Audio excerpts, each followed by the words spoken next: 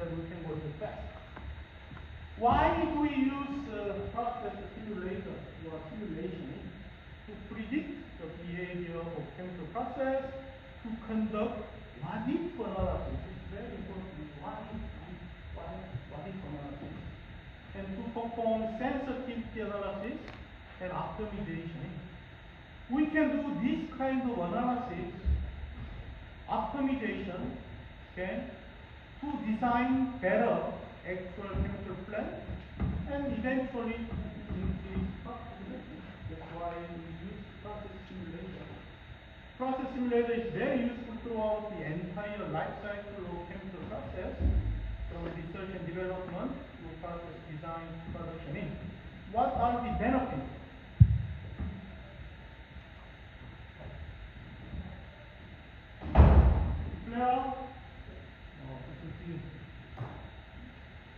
What are the benefits? We can do very accurate design specification, including plant configuration information, and software produced or software-based mass and energy balances.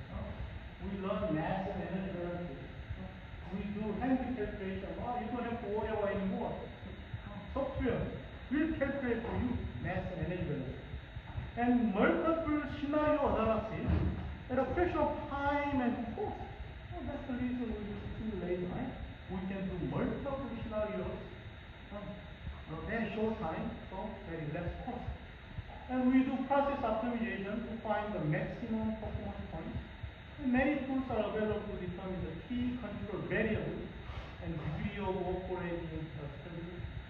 There are many benefits using process simulation.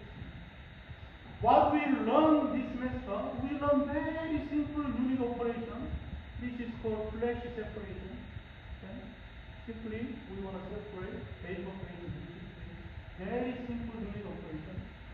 We will learn this simple individual unit operation, for example, including separation process, heat exchanger, reactor, very important reactor.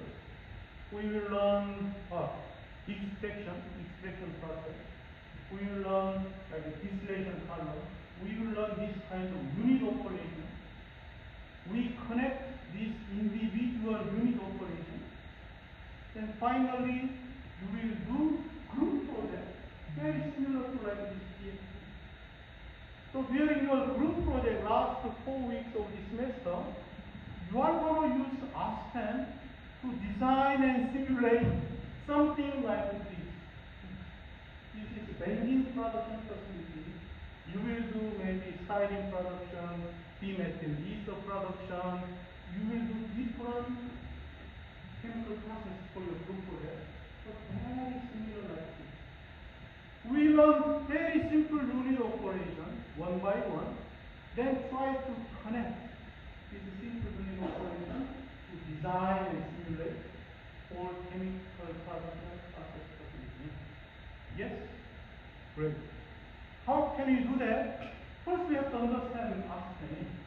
So when you learn Aspen, you can see some color-coded symbols. As long as you see blue color, which is like a check mark, that means required input is complete. Blue is okay. You see any yellow color, as you can see some warning sign. Sometimes we can ignore warning, or sometimes we have to take care of warnings. If you see red, whatever red color, half circle, cross mark, that means something is not complete.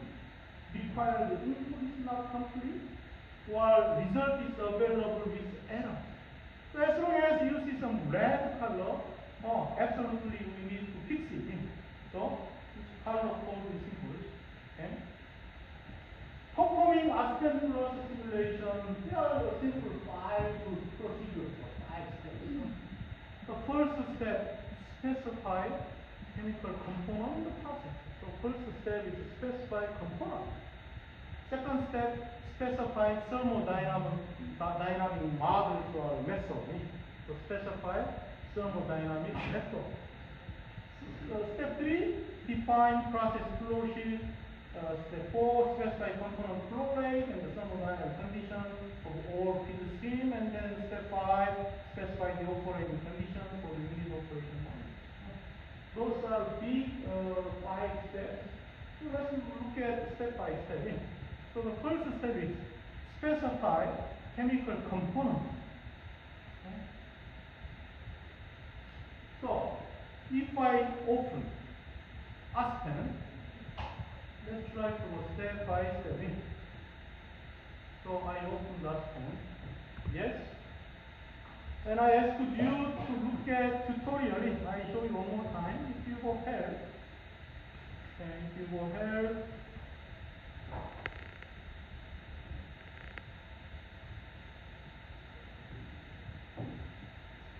getting started with Aspen Plus, there's for tutorials.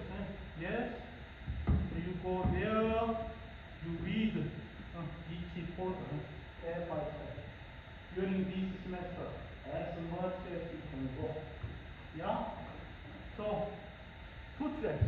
We learn during lecture time, but also we are not meeting for drill, but I assume you go step by step really.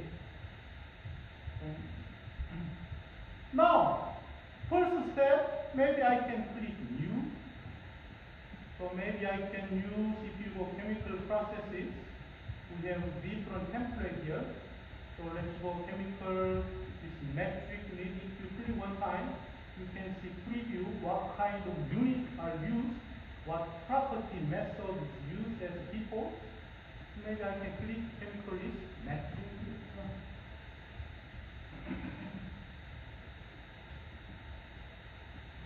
Some of you already familiar, but some of you never used it. So I will a little slow today, but from pretty soon we go full speed.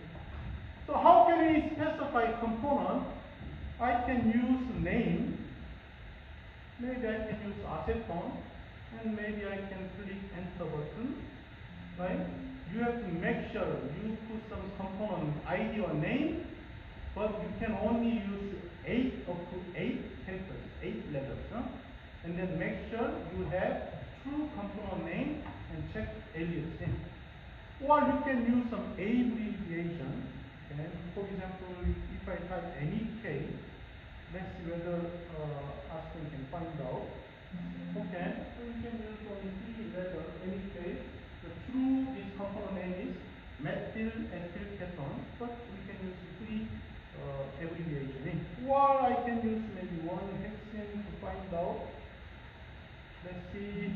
Or I can use chemical structure itself. For example, methane.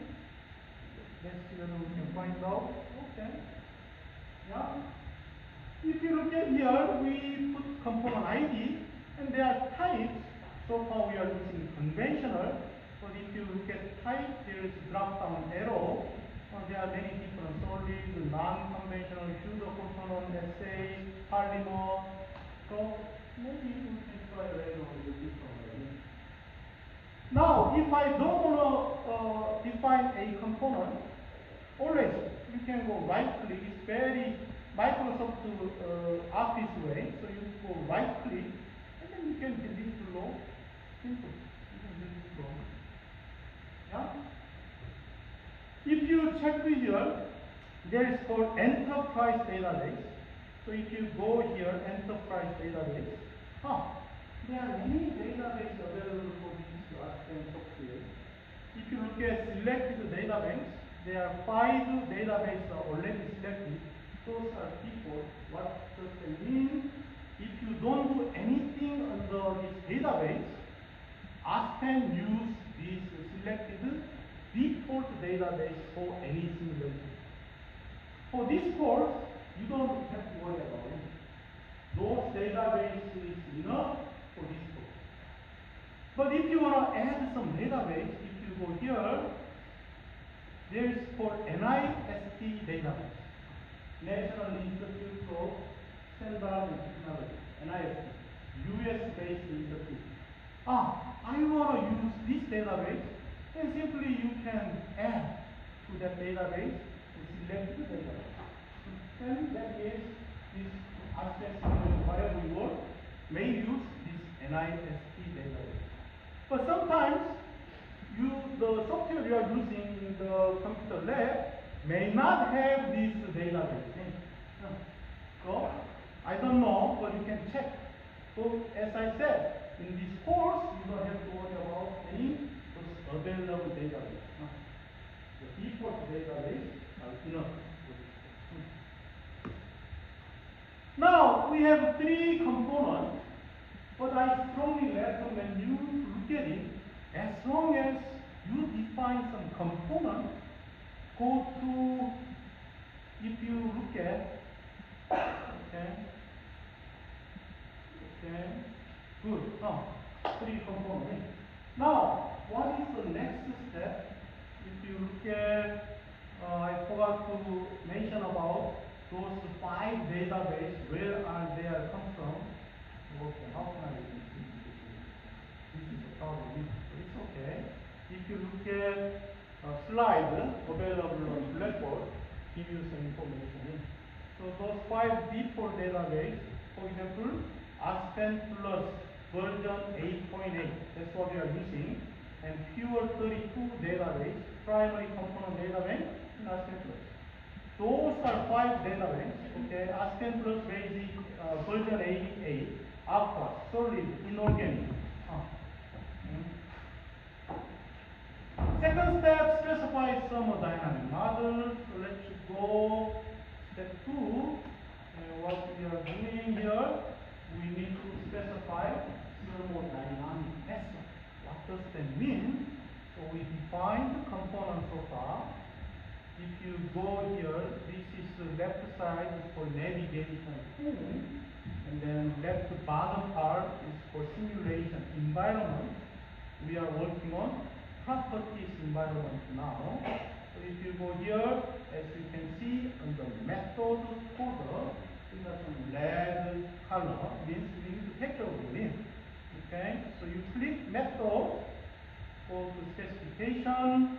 Now, the second step is to specify thermodynamic method. What does that mean? If you look at here, there is for method, there are many different thermodynamic property methods. In this case, the default is NRTL. So as you can see, there is what kind of method? We are familiar with ideal method. IATWS is the same table. NRTL and NRTL variations. What does NRTL mean? It's a non-random two-liquid property method.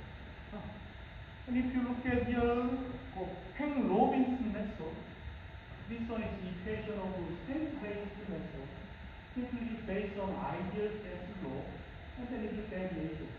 Peng-Robinson, those are people's last name. They developed some equations to find out thermodynamic properties. And if you look at here, SRK method, okay, solid method, unit-packed method, oh my goodness, what are those? Okay. If you are curious, what are those? Maybe you can go help, and there's for help.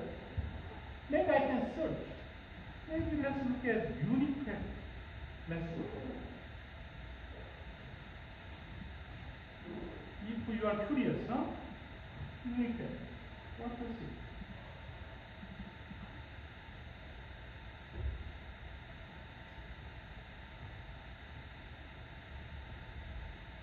Okay, there is for unit-packed.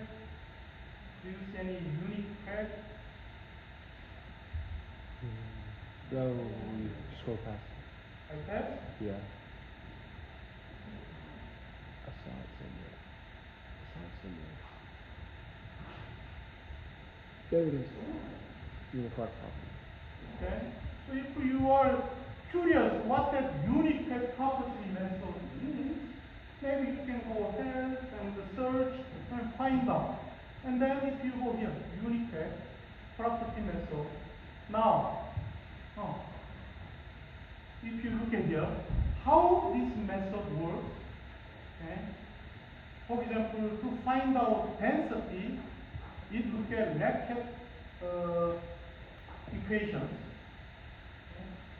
And then to find out how to find out density of property, density of component. So this is not required for for this course. So if you are curious, you can check that way. Now, then what is required in this course? How to specify this property model or method. You can use this for method assistant. Okay? Did you see this method assistant? Yes? Please try to use this method assistant. Specify component type, maybe chemical system, high pressure, yes or no, maybe no. So if you follow those steps using method assistant, you can find out maybe which method to choose. So this Aspen method assistant suggests to use activity coefficient based method such as NRTL, Wilson, Unipec for these components we defined. We defined acetone, MEK1 hexane. We defined this component. Based on those components, this method assistant recommend activity coefficient based property method. What is the activity coefficient?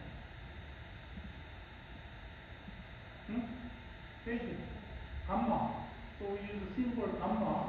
So okay, from thermodynamics we learned about activity coefficient. The symbol we use gamma. So what is the meaning of activity coefficient?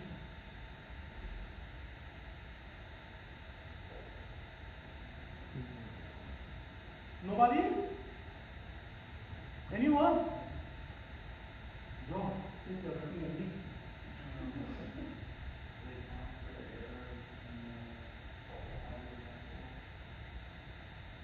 A little bit. So you mentioned ideal case law. Who else? Anyone else? Activity coefficient. Gamma. Ratio of liquid component and vapor component. No.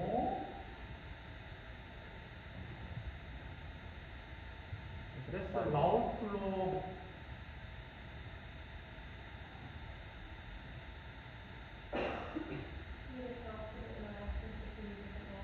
Wonderful, getting closer. Yes. So, oh yeah, yeah. Is it the deviation? Wow. Yeah, can you little speak louder? So what Ian means is measuring how far away, how deviate from ideal behavior. Simply is measuring non-ideal behavior. How much far away deviate from ideal behavior. So we are dealing with non-ideal solution was gas. Activity coefficient measures how much non-ideal behavior. That's activity coefficient. Anyway, activity coefficient based model, we have like NRTL, Wilson, Unipec. Okay, maybe we can choose NRTL property method in. Okay. Now, if you go here, so we specified the property method, but if you look at here, this parameter folder, still red, if we need to take the row in. If you look at here, binary interactions.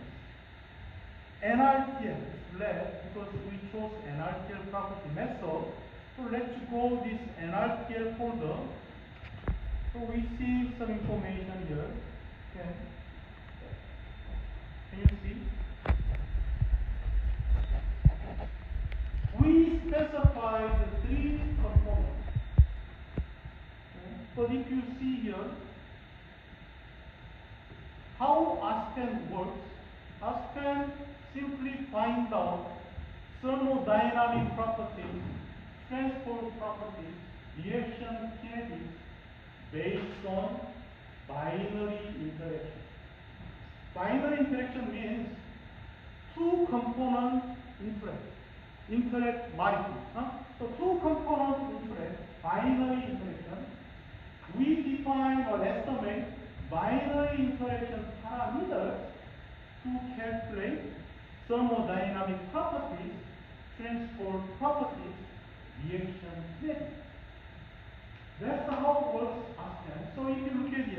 we have three components. Acetone, MEK, 1-hexene. Aspen find out binary parameters between acetone and MEK. Now acetone find out, Aspen find out between acetone and 1-hexene binary parameters. Some information is missing. What is missing? Come on, let's go quickly. Yes. Oh. Interaction between MEK and hexene are missing. Or interaction binary parameters between MEK and hexene are missing. Very critical point here. Without taking care of this part, you do simulation, you have long answer. That's why it's very critical point. If you didn't learn, majority of you will continue simulation, so your simulation is wrong. That's a very critical point when you use any software. You must know this fundamental basic knowledge so that your simulation produce correct answer. What does that mean? We have some missing information here. We must take care of. There are three ways to take care of this missing information.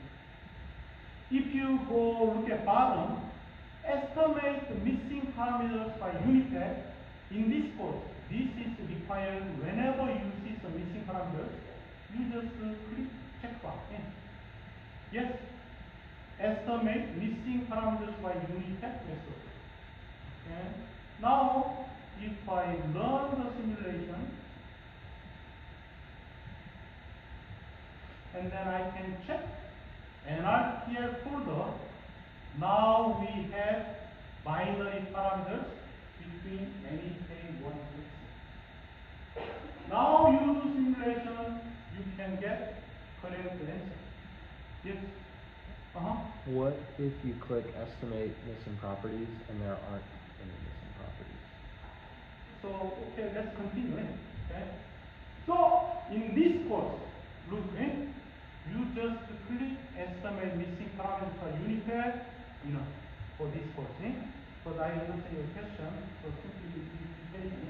Now, if you look at here, if we click this button, if you look at source, the first two column source, we have Aspen Plus version 8.8, vapor liquid equilibrium, ideal gas. Some data banks are used to find out those parameters. But if you look at third column, it calls RPCS, regression property constant estimation system. So Aspen has a tool to estimate missing parameters. What tool is called PCES tool?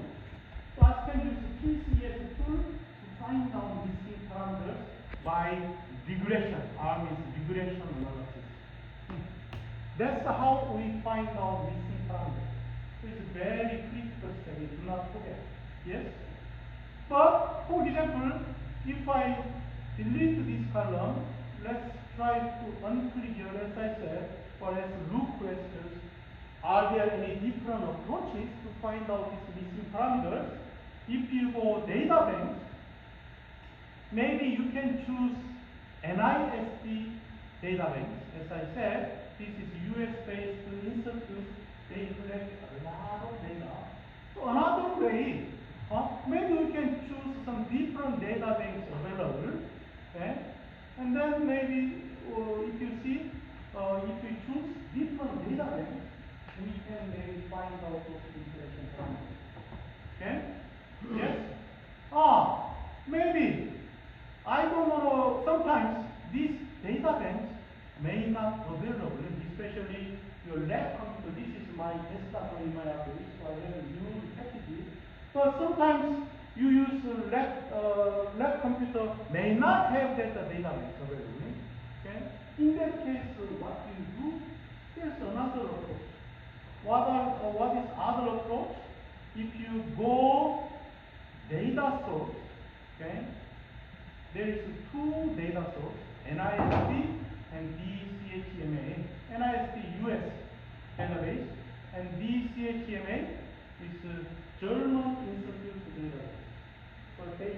question one. Why we care about German Institute database?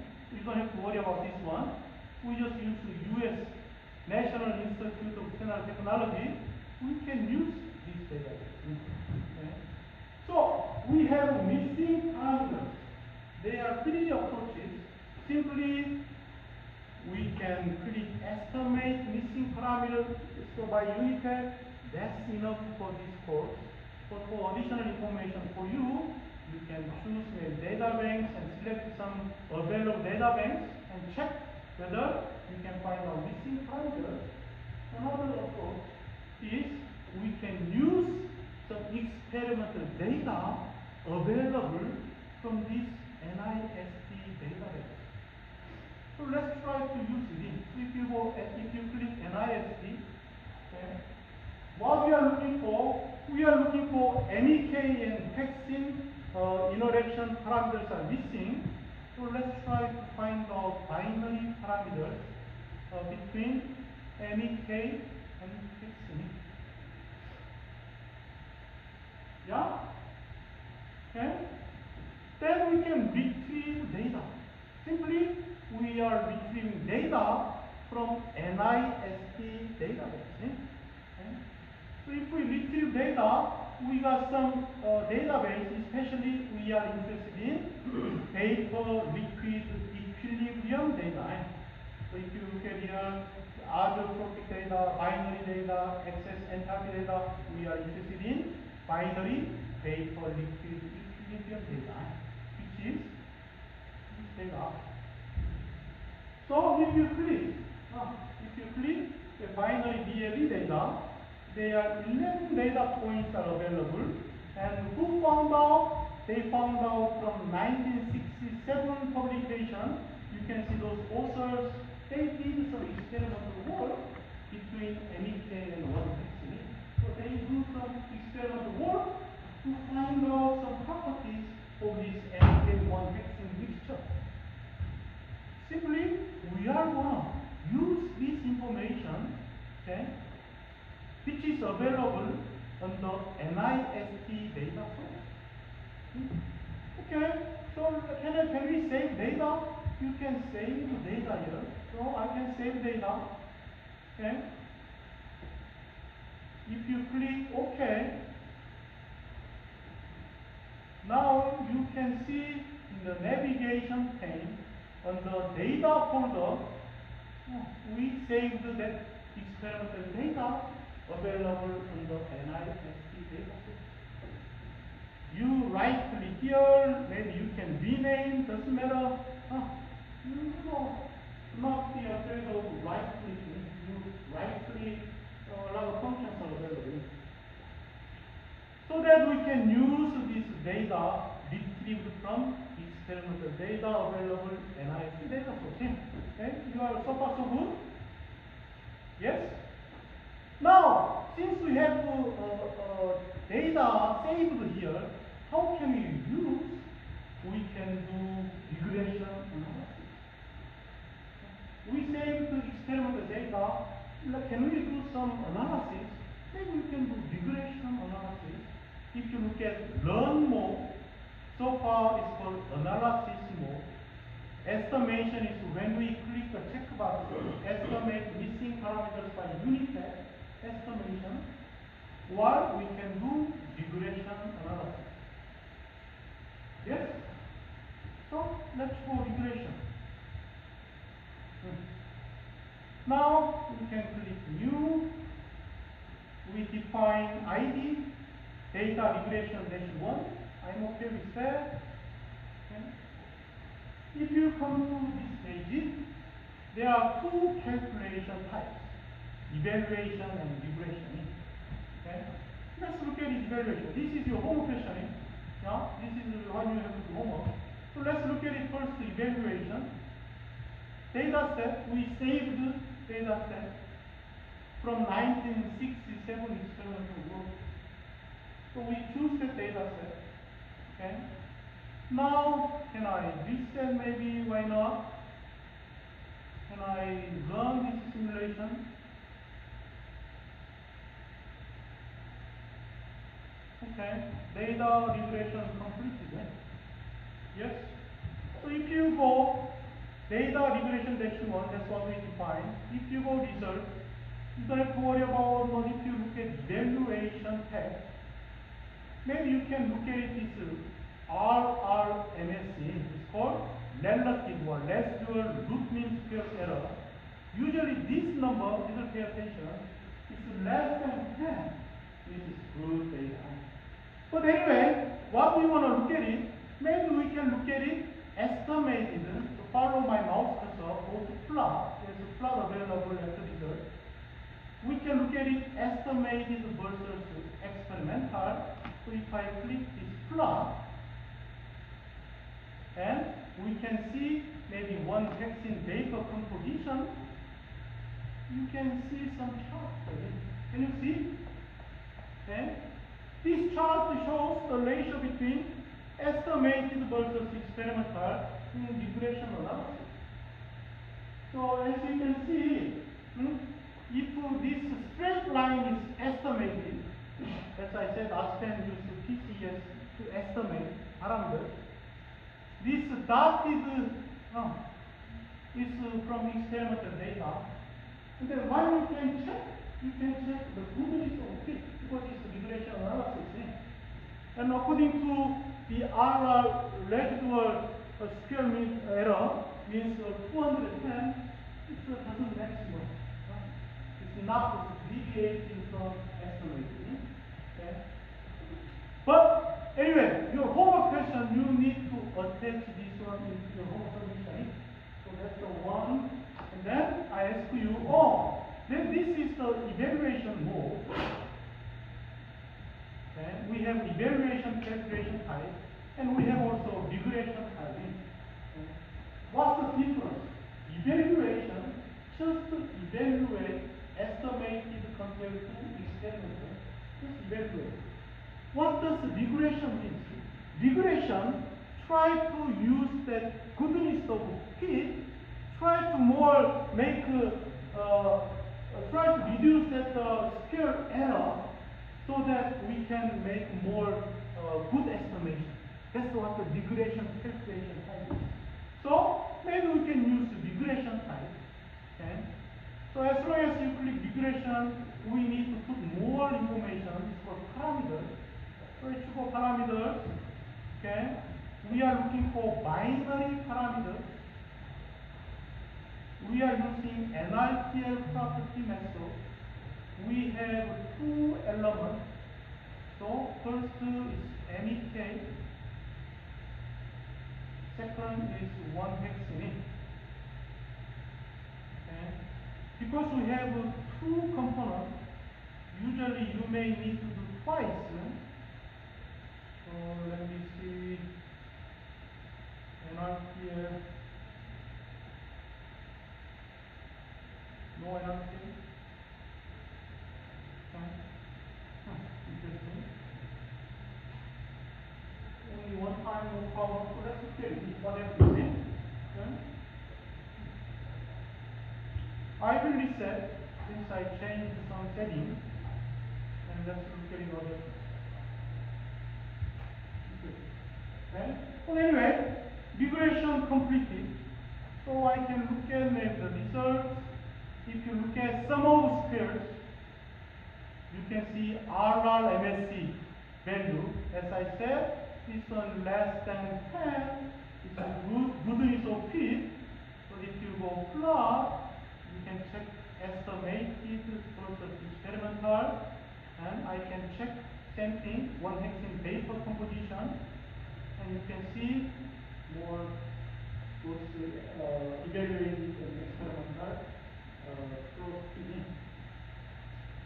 After you do regression, what we are looking for here, actually we are looking for binary interaction parameters. So if you go on the binary interaction parameters, NRTL, make sure we found out some parameters here. Binary interaction parameters.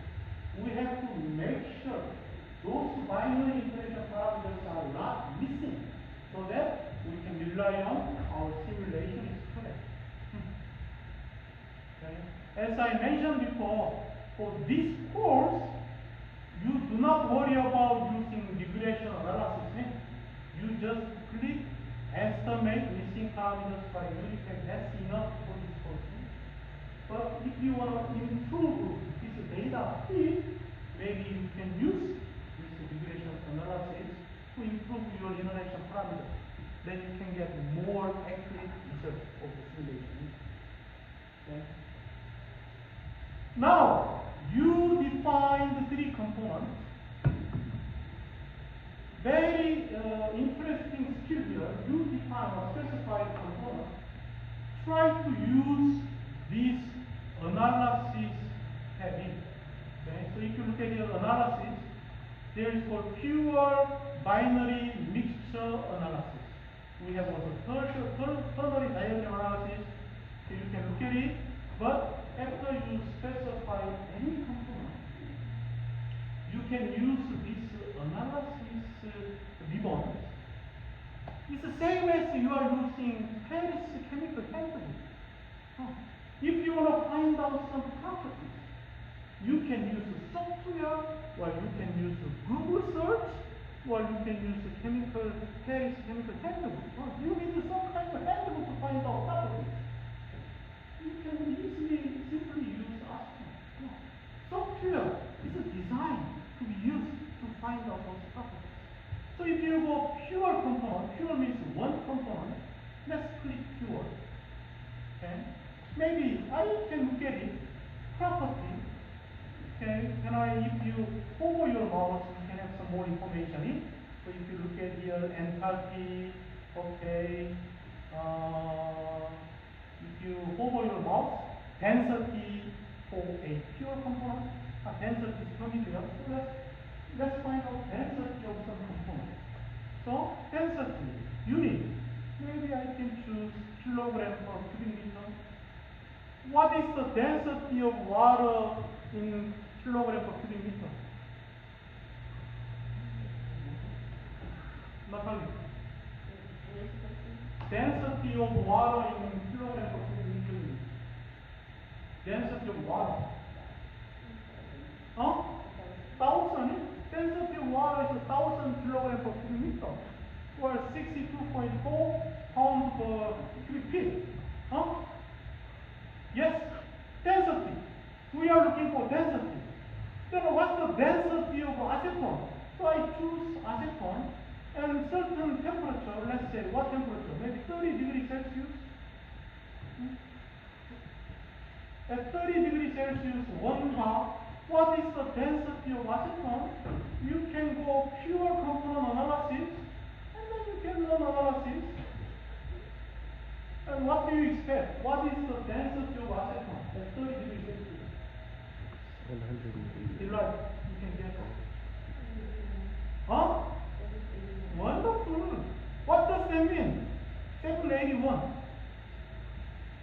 781 kilogram per cubic meter. What does that mean?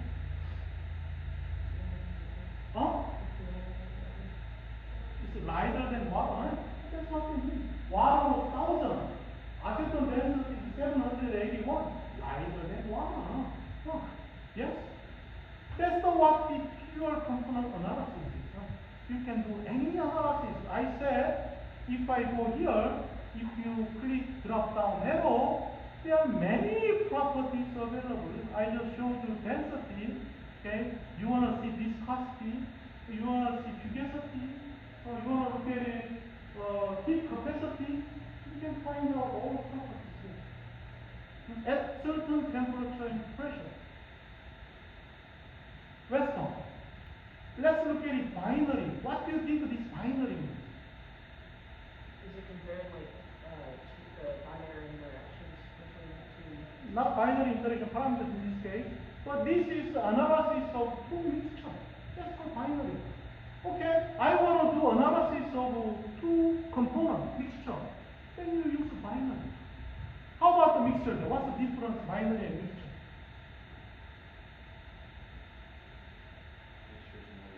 Wonderful! More than two, you use mixture. You have three components, then use mixture. You want to do two components binary. You want to do one component pure. So let's look at binary. Okay, binary.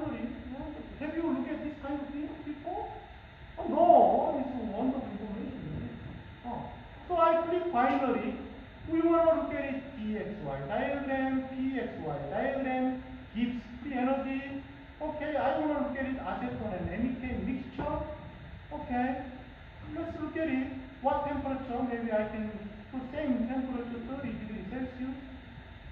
Okay. What's that? This value. Huh? I think it has to be 0.5 if you're trying to do. This all I am compound I was into the temperature. Where is temperature?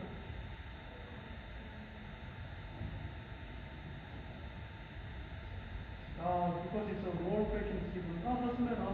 You can look at so if you drop down arrow here, you can find out mole fraction, less fraction, list of value, no temperature here. Oh, very, very weird name. What portion is this? 8.8? Huh? Huh? Okay. TXY diagram doesn't care about temperature. Wonderful. We are looking at acetone, NEK mixture, TXY diagram. So let's look at it. Okay, so you get some kind of TXY diagram. So what does this TXY diagram mean? Okay, y-axis as a function of temperature shows liquid vapor mole fraction of acetone. TXY diagram. X is liquid, Y is vapor. Liquid vapor mole fraction as a function of temperature. TXY diagram. Have you seen this kind of diagram? Yeah, of course. Eh? Then you know this TXY diagram. Then how about this green line? What does that mean, green line? What do you call? Oh, let's go quickly, we're going to time. Vapor. Huh? The vapor. So above is vapor phase. What do you call this green line? Oh, I couldn't hear, sorry. NK? Focal point. No. TXY diagram. We are talking about vapor liquid. Dew point. Dew point. This is dew point, this is the bubble point. Yes? Yeah. Dew point, bubble point. What does that mean? Below this blue line is liquid phase. Above this green line, vapor phase. Then how about this envelope between blue line and green line? What do you call that area? Oh, Yeah. two phase. What do you call two phase? Lillian?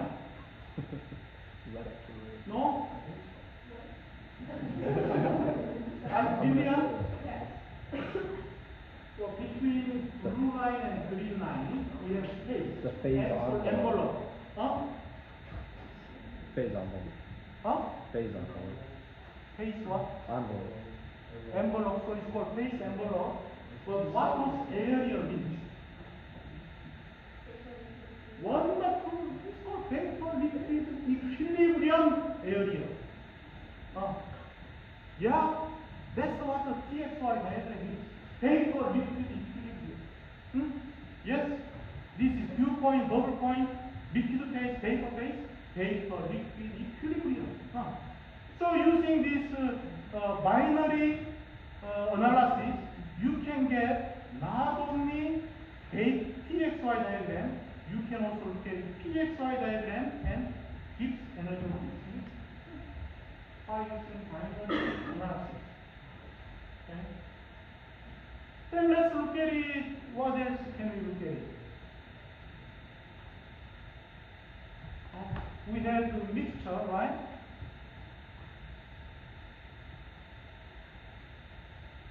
So if you go here, we look at it pure binary, electron mixture. Mixture means more than 3 components, and so we can define components. We have acetone, MEK, 1-hexene, fluor. I don't know, just put any number here for now. Okay, fluor per hour. Now, if you look at here, properties to report, maybe you can look at here, or the easiest way, you can define your own properties to look at, which is easier way. So for your homework, I give you some easiest way. If you look at navigation pane, it's called property set folder. You go there, okay? So So as we said, we have already default property set, so you can define your own property set. Okay? So I enter PS-4. What I am looking for, I am looking for property of three components. What I'm looking for, let's say if I am looking for density of mixture, I type density.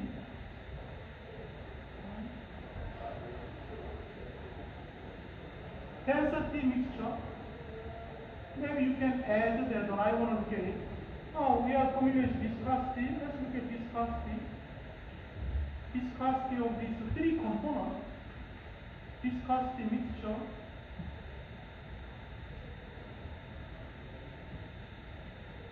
What kind of unit? Oh, density IEM kilogram per cubic meter, viscosity centipoints. Qualifier, we are looking at liquid.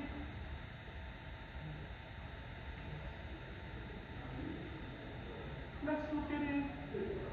Now, we defined PS-4 property, or we can choose this PS-4 property. You are interested in a certain temperature, it's a 35 degrees Celsius, I don't know. Let's learn. Yes. Now if you go navigation pane, analysis folder, okay, we are looking at mixture, go to result, you can find out those properties of mixture. In this case, density and viscosity. Your home question. How nice I am. How nice I am. Show you all home question. Jacob.